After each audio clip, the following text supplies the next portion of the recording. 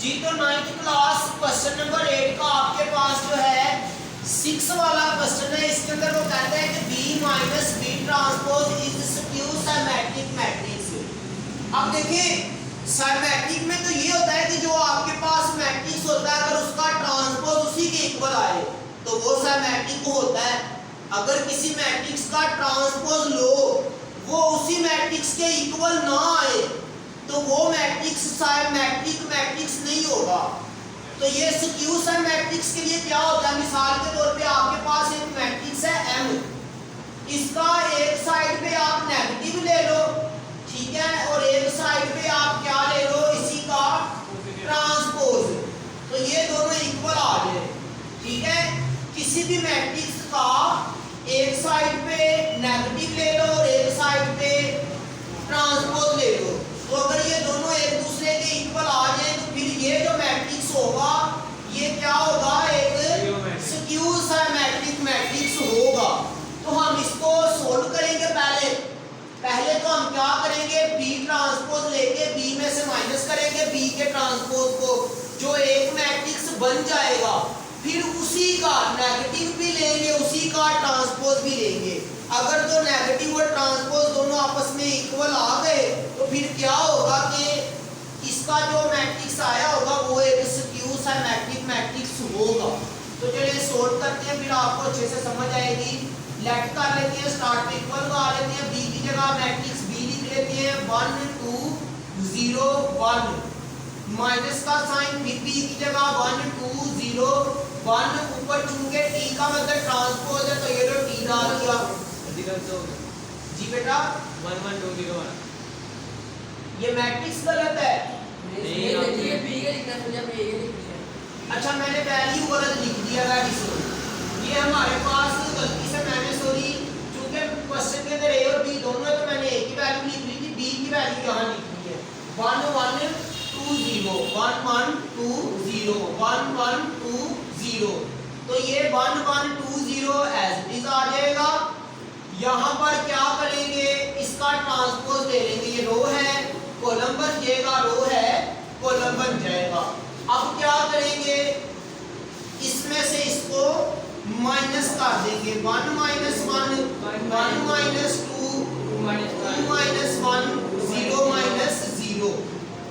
तो अब क्या करोगे, 1 से 1 माइनस करोगे तो 0 आ जाएगा, 2 से 1 माइनस करोगे 1 आ जाएगा, -2 से +1 निकालोगे -1 0 का 0, क्योंकि 0 से 0 निकले तो 0 ही रहेगा, 0 0 ही रहता है। तो यहाँ पे अब आपके पास ये जो B ट्रांसपोज को B से माइनस करके ये मैट्रिक्स बना है। अब आप यहाँ लिख लो नाउ लेट, इसी का एक साइड पे नेगेटिव लो, वह माइनस लगा लो, ठीक है, यानी 0 -1 1 0, और एक साइड पे इसी का ट्रांसपोज ले लो 0 -1 1 0 का ट्रांसपोज। तो भी मैंने एग्जांपल में आपको बताया था कि M का अगर एक तरफ नेगेटिव ले और एक तरफ ट्रांसपोज ले, अगर ये आपस में इक्वल आए तो वो क्या होगा, स्क्यू सिमेट्रिक होगा।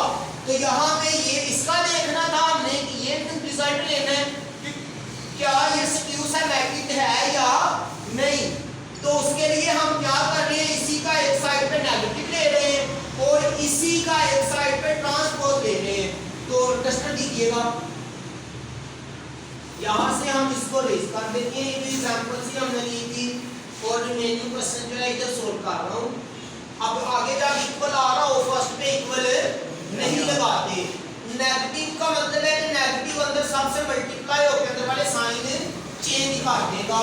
0 के साथ आपको पता है 9th क्लास कोई साइन नहीं होता, 0 0 ही रहेगा, ये माइनस माइनस प्लस हो जाएगा, तो प्लस का साइन लगाओ या ना लगाओ, -1 हो जाएगा और 0 ही आ जाएगा। नहीं जी, ये जो आपके पास B माइनस B ट्रांसपोज का मैट्रिक्स आया था उसका एक साइड पे आपने नेगेटिव ले लिया, इक्वल का साइन, अब इसी का एक साइड पे हम ट्रांसपोज लेंगे।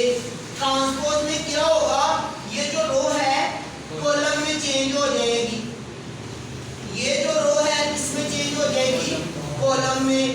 तो देखो इस मैट्रिक्स का नेगेटिव इसी का ट्रांसपोज एक दूसरे के इक्वल आए हैं या नहीं? यस। इक्वल आ गए। तो यहाँ पे आप लिख सकते हैं हैंस सॉरी बी वाला है B minus B transpose is skew symmetric matrix.